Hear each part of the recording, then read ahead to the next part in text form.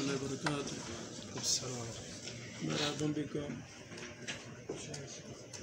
الله أكبر. في مكتبة مسجد النبوي صلى الله عليه وسلم نسمع من فضيلة الشيخ أطراف الجامع الكبير إن شاء الله، ثم أوتيكم الإجازة. سلام. بسم الله الرحمن الرحيم.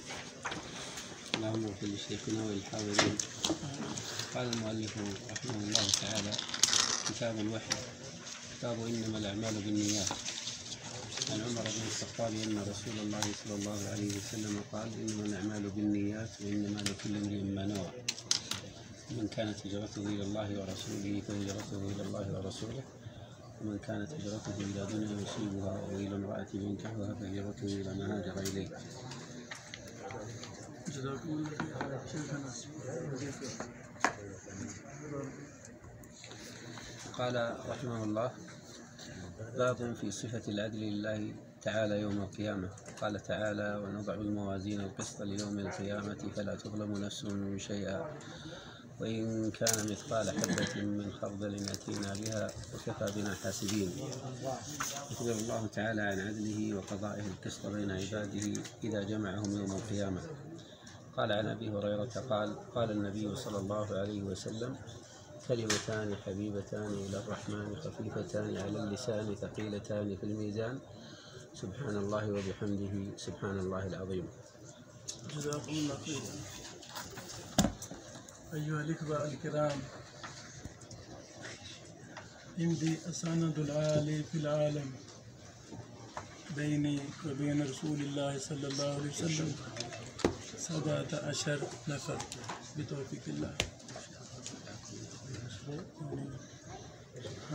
فها أنا جئتكم أن تروي أني بشروط المعتبرة عند المحدثين.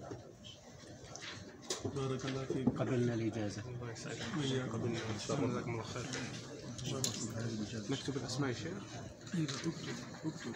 شاري السيدي عن شيخ الكل نذير حسين المحدث الدهلوي عن المجيد عبد الرحمن عن محمد بن محمد بن سليم عن محمد بن عبد الله الإدريسي البلاتي عن ابن عن ابن حجر عن الصلاح بن أبي عمر عن البخاري عن أبي روح بن عيسى بن محمد بن الجروي عن تميم بن أبي سعيد بن جولان عن محمد بن فرحان عن كالجارودي عن محمد بن أحمد بن حمدان عن الحارث بن يعلى في معجم شعبه عن عبد الله بن بكار عن عكرمة بن عباس بن زياد رضي الله عنه قال: رأيت النبي صلى الله عليه وسلم يوم الأضحى يخطب على بعيره.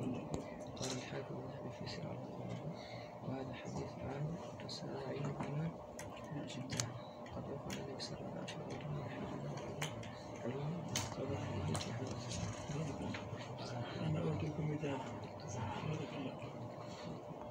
إن شاء الله. أي نعم. شيخ حمزة بن مسعود. حمزة بن مسعود.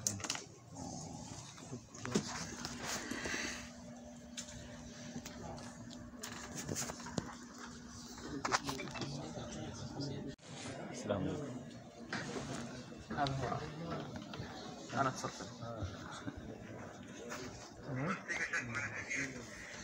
جزاكم الله خير. بارك الله فيكم.